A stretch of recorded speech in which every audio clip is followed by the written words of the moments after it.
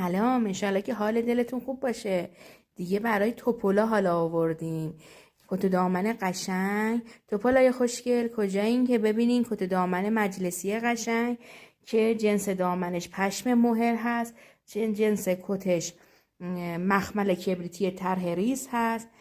سایز که موجود هست 50 تا 54، 52 هم میتونه استفاده بکنه و 56 تا 60، یعنی 58 هم شامل این سایز دومون میشه.